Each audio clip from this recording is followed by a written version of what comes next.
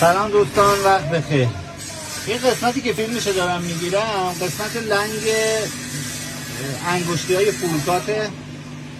حالا چرا ما از شرکت تندیس ماشین فولکات بگیریم؟ حسنایی که این شرکت برای فولکاتاش در نظر گرفته، یکی قسمت لنگ اتوماتشه. قسمت انگشتی به صورت اتومات اگه فشار بیش از حد روش باشه انگشتی ها باعث میشه رد کنه و نذاره انگشتی خم بشه، باعث میشه خوردگی سیلندر ایجاد نشه و یه هزینه اضافی برای دستگاه نباشه.